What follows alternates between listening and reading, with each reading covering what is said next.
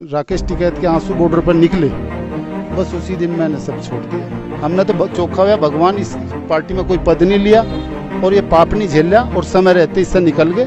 37 लाख हजार करोड़ की प्रॉपर्टी है LIC की। 1,11,700 कुछ कर्मचारी काम कर रहे हैं और 28 लाख हजार करोड़ रुपए इस भारत सरकार को देश चलाने के लिए दे रहा, उसे बेच रही है सरकार। लोकतंत्र में सभी लोगों का मूर्ख बनाया जा सकता है कुछ समय के लिए, कुछ लोगों का हमेशा के लिए, लेकिन सभी लोगों का हमेशा के लिए मूर्ख नहीं बनाया जा सकता। बहुत भयावह स्थिति देश की इन लोगों ने कर दी और इसमें ना संघ जिम्मेदार है, ना पार्टी जिम्मेदार है, डिक्टेटरशिप जिम्मेदार है।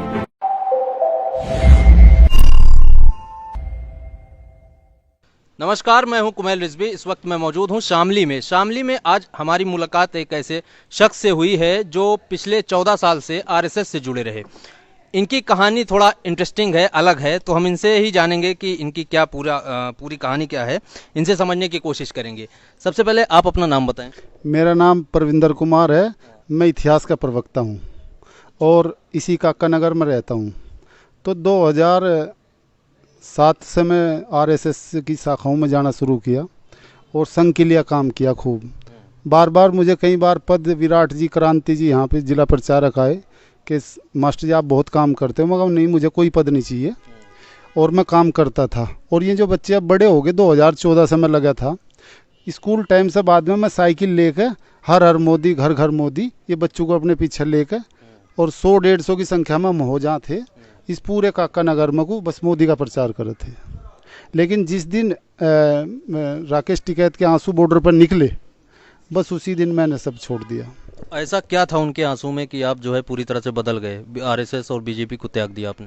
परेशानी तो पहले से भी थी, क्योंकि इसकी आइडियोलॉजी गवर्नमेंट की इस तरह की रही। जैसा इन्होंने गाय पर प्रतिबंध लगाया और गाय पर प्रतिबंध का कोई लॉजिक नहीं देखा इन्होंने। तो 321 में सिकंदर आया था हिंदुस्तान में। तो अफ्रीका महाद्वीप है, वहाँ पे भैंसे होते हैं जिसे हम झोटा भैंस कहते हैं यहाँ पे। तो बड़ी फौज थी सिकंदर की और वो अपनी फौज की फीडिंग के लिए और दूध के लिए उसको यहाँ हाँक कर लाया था। तो लगभग 2337 साल पुराना झोटा हमने नहीं पूजा। लेकिन 1970 में हमारा यहाँ का किसान देसी गाय को छोड़ दिया और अमेरिकन गाय 1970 में यहाँ ज़्यादा दूध देती, 14-15 लीटर दूध देती। तो आर्थिक आधार पर किसान ने जर्सी, ऑस्ट्रो-फ्रीजन और ये अमेरिकन गाय को अपने यहाँ रख लिया और ये जो देसी नस्ल की गाय हैं इनको रिप्लेस कर दिया। तो ये जब हमने झोटा नहीं पूजा आज तक हिंदुओं ने, जो बाहर से आया, तो ये अमेरिकन ईसाई, ऑस्ट्रो-फ्रीजन और ये जर्सी नस्ल की और अमेरिकन, ये दूसरी विदेशी नस्ल की गाय हम क्यों पूजा, क्यों ये ईसाई पूजवा रहे हैं हम पे? तो ये जबरदस्ती है। एक तो पहले से ही मेरे में ये आक्रोश तो ऐसा आरोप क्यों लगा रहे हैं आपकी? क्या मतलब जो गाय को माता मानते हैं माता या तो फिर झोटा भी है, झोटा भी पूजो। बाहरी ये तो विदेशी भूमि के हैं। हमारी तो यहाँ की जो गाय थी वो देसी नस्ल की है। जैसा गिरी है हमारे यहाँ की, साहिवाल नस्ल है हमारी देसी नस्ल की, हमारे लिए पूजनी है, हम पूजेंगे ना। लेकिन एक तरफ आप राष्ट्रवाद कह रहे, एक तरफ विदेशी नस्ल के लाकर, कल को कुत्ता ले आकर भी सब फिर झोटा भी पूजें भाई। तो सारी दुनिया की गाय हमारी माता होगी क्या? पशु ही तो है 4 पैर का। तो कुछ तो तर्क होने चाहिए थे सरकार के पास। ये संघ की कई मीटिंग में अपना प्रेजेंटेशन दिया, मगर इस तरह से प्रतिबंध ना लगाओ। और सबसे ज़्यादा नुकसान किसान को ही है। अमेरिकन और ऑस्ट्रो-फ्रीजन और ये जर्सी नस्ल के जो बाजार छोड़ रखे सब बर्बाद कर दिए। और न तो देसी की पूजा कर पा रहा किसान और ना इन विदेशी की कर पा रहा। हम समझ ही नहीं पाए है क्या इनकी आइडियोलॉजी। चलिए, ये तो हो गई गाय की बात। और भी तमाम मुद्दे हैं जो रहे होंगे। जाहिर सी बात है कि उसको आपने छोड़ा, वो कहीं ना कहीं खटका होगा आपके मन में, तभी आपने BJP और RSS को त्यागा। अब ये देश की प्रॉपर्टी को जिस तरह से सरकार बेच रही, और मैं एक जरा सा आपको उदाहरण दे रहा है यहाँ पे। 1956 में LIC की स्थापना की थी नेहरू ने 5,000 करोड़ की पूंजी देकर, और 1956 से 1961 5 साल के अंदर भारत सरकार को LIC ने 12,000 करोड़ देश चलाने के लिए उधार दिए। और उसी LIC ने आज की तारीख में 37 लाख हजार करोड़ की प्रॉपर्टी है LIC की। 1,11,700 कुछ कर्मचारी काम कर रहे हैं और 28 लाख हजार करोड़ रुपए इस भारत सरकार को देश चलाने के लिए दे रहा, उसे बेच रही है सरकार। और उसका रिजल्ट क्या होगा? जैसे ब्राजील में उत्तर प्रदेश कितना क्षेत्र एक उसको बेचना पड़ा कंपनी को, और सरकार ने, हमारी सरकार ने 27 लाख हजार करोड़ की करेंसी छाप रखी। और 27 लाख हजार करोड़ की करेंसी के पीछे देश की प्रॉपर्टी तो होनी चाहिए।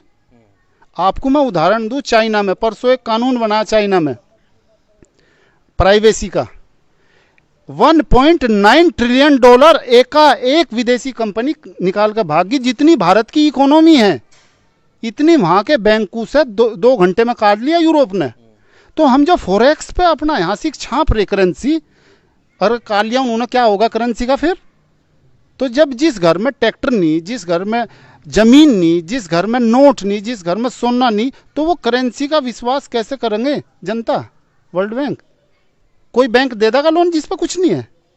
अब देश सब प्रॉपर्टी बेच देगी, LIC बेच देगी, भेल बेच देगी, गेल बेच देगी, सेल बेच देगी। तो फिर मैं धारक को 200 रुपये देता हूँ, मैं धारक को 500 रुपये देने का वचन देता हूँ, मैं धारक को 2000 रुपये देने का वचन देता हूँ, इसका कोई मतलब नहीं रहेगा। मतलब नहीं रहेगा। माउंट एवरेस्ट कितनी 3 चोटी बने, इतना डिसइन्वेस्टमेंट जो नोटबंदी की थी ना, जब मैंने बच्चों को बताया कि पूरे भारत का नक्शा देखिए, अंगली टेकते ही शामली जिला गायब हो, और पूरे भारत, पूरे वर्ल्ड में भारत की करेंसी है, इसको बदलना आसान काम था। लेकिन जनता ने साथ दिया, और इन्होंने क्या किया? कि संपत्ति बेच दो जिसके पीछे करेंसी छप रही है। बहुत भयावह स्थिति है। अच्छा, आप उसमें से निकल के आए हैं, क्या चलता है उस RSS में, या किस तरह की बातें होती हैं इन सब चीज़ों को लेके?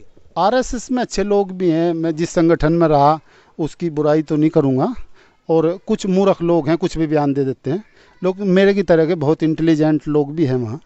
तो आइडियोलॉजी यही थी, बा हिंदुत्व हो, और हिंदू विकास दर 3.5 है, धीरे धीरे से बढ़े। ये जो पूंजीवाद देखा एक पूरी दुनिया पे कब्जा करना चाह रहा है। अब देखो, थोक के भाग कंपनी खरीद रही। अभी विशाखापट्टनम स्टील प्लांट के बारे में पता कर लो क्या कर रही गवर्नमेंट। तो सारे सेक्टर को प्राइवेट को बेच दो, ये सरकार को समाधान सूझ रहा।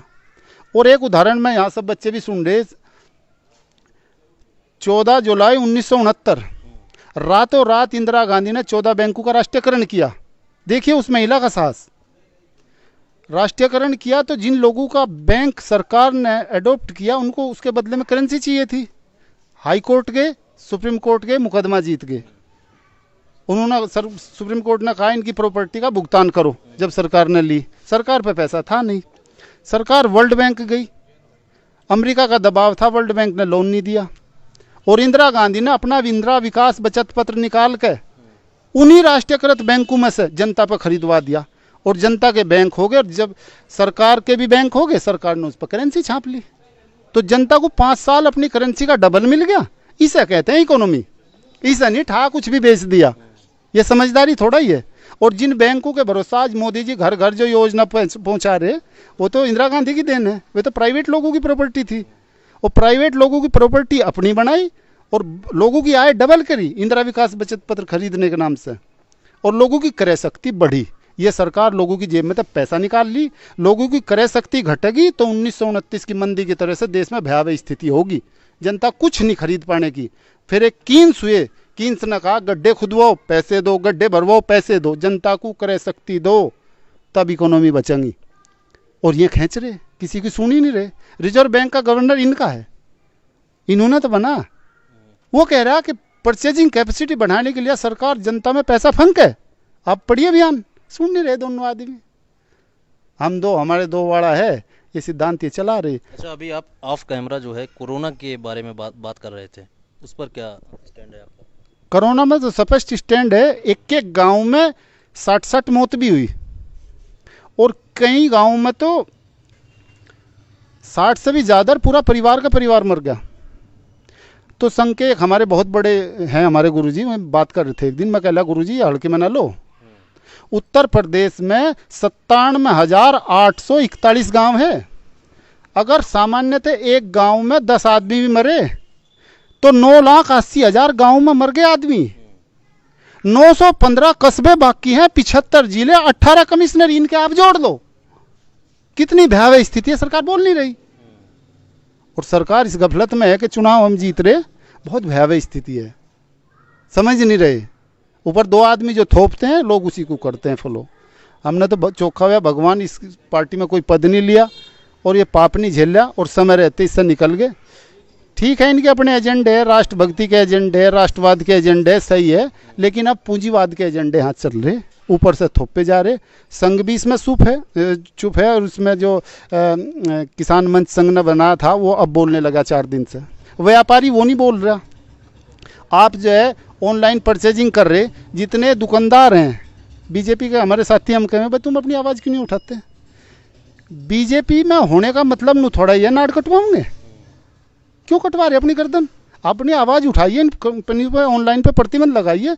कल ये करोड़ों करोड़ों की दुकान कोड़ियों के भाव बिकेगी तब रहोगे। तो बहुत भयावह स्थिति देश की इन लोगों ने कर दी और इसमें ना संघ जिम्मेदार है, ना पार्टी जिम्मेदार है, डिक्टेटरशिप जिम्मेदार है। और डिक्टेटरशिप को बनाने का काम है मीडिया का और मीडिया के पीछे लगे फॉलोअर्स।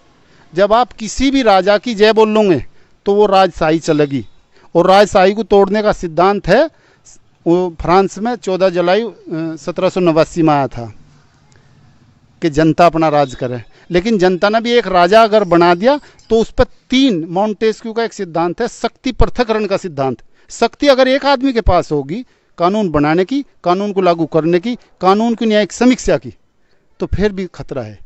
तो इन्होंने तीनों को एक जगह करने का प्रयास किया। सरकार भी इनकी, कानून बनाने वाली विधायिका इनकी, कार्यपालिका इनकी, न्यायपालिका पे भी इन्होंने कब्जा करा। अच्छा, आपने जो है संघ छोड़ दिया है, आगे क्या कदम रहेगा आपका? यही है, राष्ट्र के लिए काम करेंगे। कांग्रेस जैसी भी थी टूटी फुट्टी, देश के लिए बहुत कुछ करा वो जैसे भी, लेकिन ये तो बेच रहे, बहुत भयावह स्थिति है। अगर ये पता होता हमें ये ऐसा करेंगे तो बहुत दुख होता है कि इतना काम किया मैंने। कई लोग मेरे साथी का हुआ, कोई भी चैलेंज आया, मोहन भागवत जी यहाँ आए थे सिल्वर बेल्स में और अगले दिन ईद थी, सबको पता संघ वालों को, और सब ने कहा कि मास्टर जी मट्ठा पियेंगे कल सब लोग और 350 किलो मट्ठा चाहिएगा। मैं कहा आ जाएगा, कहा आपने तो ऐसा कह दिया। मैं कहा 1 मिनट में 60 सेकंड है, इस हिसाब से काम करूं। और सवेरे 6 बजे 350-400 किलो के करीब मट्ठा पहुंच गया था। जब मैंने फ़ोन किया, हमारा चैनल है, मैंने MBA किया, उर्दू से MA किया, देवबंद में मौलिम कामिल किया। हम ऐसे थोड़ा ही हैं, ये लोग अनपढ़ बैठे इसमें पार्टी में, टिकट दे दिए इनको। हम जैसे लोगों के दिमागों की वजह से पहुंच गए, अब हम पागल मान रहे हैं। लोकसभा के हमारे देश में 2 सदन हैं, लोकसभा और राज्यसभा। लोकसभा में जनता के प्रतिनिधि चाहते हैं और उनकी संख्या 543 है, 2 एंग्लो इंडियन समुदाय के होते हैं। अब इस सरकार को हमने बहुमत दिया, लेकिन इस सरकार ने बहुमत की निरंकुशता तो अपना ही है, सदन की गरिमा को भी ठेस पहुंचाई। देखो साफ साफ दिखाई दे रहा कि सदन में जो भी प्रस्ताव आएगा वो जब तक स्वीकार नहीं हो, जब तक चर्चा नहीं हो, उस पर बाहर का आदमी न तो कोई कार्रवाई कर सकता, न उस पर कोई चर्चा कर सकता, जब तक वो हाउस के अंदर है। लेकिन कुछ आदमियों ने गोदाम बना लिए पहले ही। इसका मतलब प्रधानमंत्री कॉरपोरेट जगत से मिला हुआ है और उनको इशारा कर दिया तुम गोदाम बना लो, मैं कानून पास करवा दूंगा। तो सदन में ये सीधे सीधे राकेश जी भी, टिकैत साहब भी कहते हैं कि सीधी बात में कि गोदाम पहले बन के कानून बाद में। तो सदन तो कुछ रहा ही नहीं, सदन तो एक वोट लेने के लिए रहा। और इसका क्या कारण है मैं बता रहा, अभी हम पीछे जावें।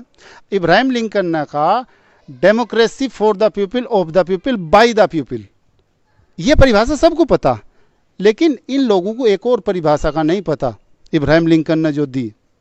वो परिभाषा है लोकतंत्र में सभी लोगों का मूर्ख बनाया जा सकता है कुछ समय के लिए, कुछ लोगों का हमेशा के लिए, लेकिन सभी लोगों का हमेशा के लिए मूर्ख नहीं बनाया जा सकता। अब स्थिति वो है, अब सब लोग हमेशा के लिए मूर्ख नहीं बनने के।